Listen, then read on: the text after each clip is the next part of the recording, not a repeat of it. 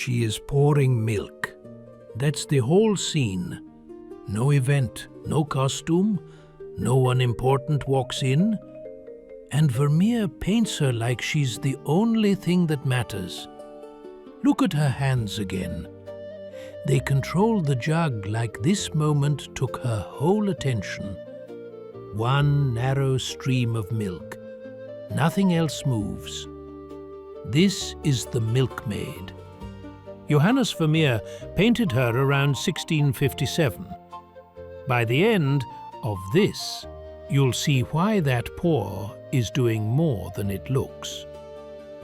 She's probably not even technically a milkmaid, more likely a kitchen maid, a servant, someone whose work was supposed to be forgettable, repeated every day, noticed by no one.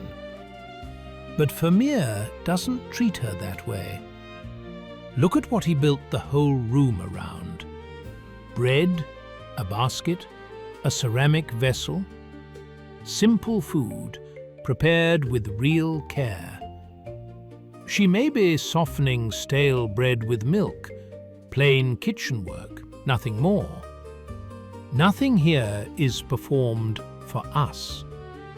Her eyes never lift to meet ours, and that choice matters more than it seems. Kitchen maids in Dutch painting usually meant something else entirely. Flirtatious, comic, sometimes a joke about desire. A servant painted to be laughed at or wanted.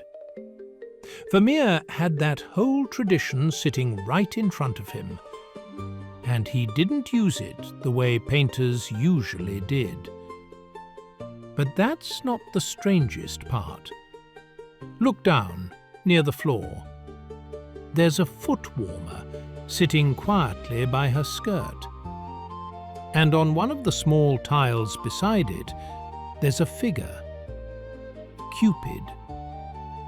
In Dutch painting, both of those could hint at desire. A foot warmer sometimes stood in for wanting to be warmed by someone else. So why would Vermeer put that near a woman working this quietly? Here's the honest answer. Nobody agrees. Some historians see coded desire in that tile. Others just see a cold Dutch kitchen with a warmer on the floor. Vermeer keeps the old symbol. He never gives us the old joke. Look at her again. She isn't performing for anyone. She doesn't glance at us. She doesn't flirt with the room. Her attention belongs entirely to the milk. We're not invited to laugh at her. We're asked to just watch her work. Now, notice how big she actually feels in this space. Vermeer paints her from low, so she rises against the wall. Her whole shape is almost a solid triangle. Nothing about her looks small. Historians call this an unusual kind of monumental dignity for a servant.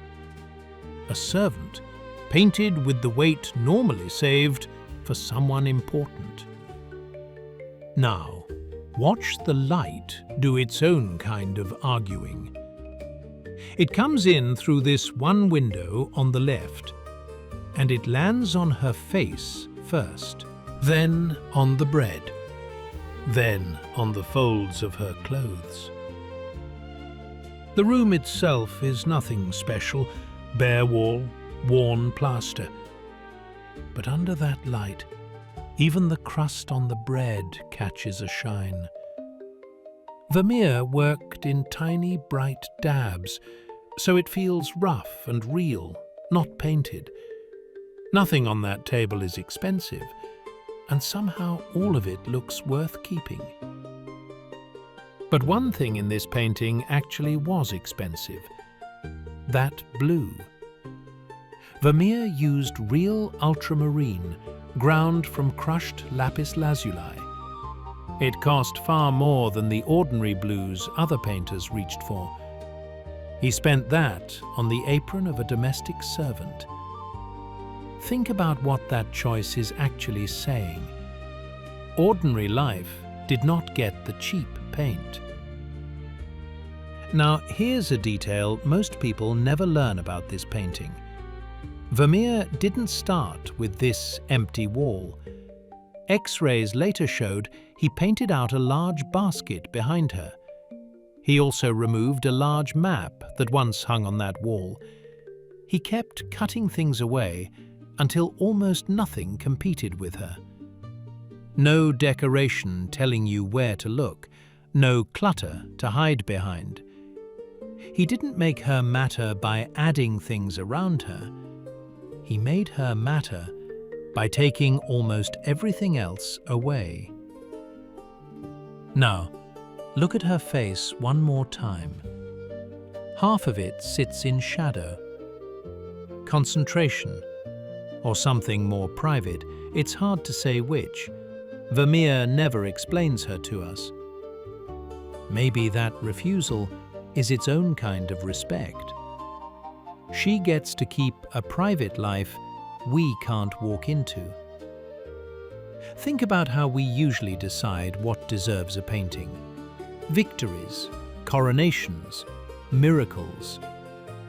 Vermeer picked a woman pouring milk into a bowl and gave her the same seriousness a king usually gets.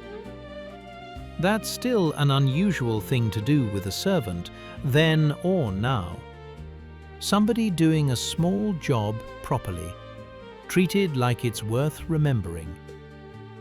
Most work like hers just disappears into the day it happened. Nobody paints the person who did the dishes or covered someone's shift. Vermeer decided that kind of ordinary effort was worth 3 centuries of attention. Now go back to that tile by her foot one more time.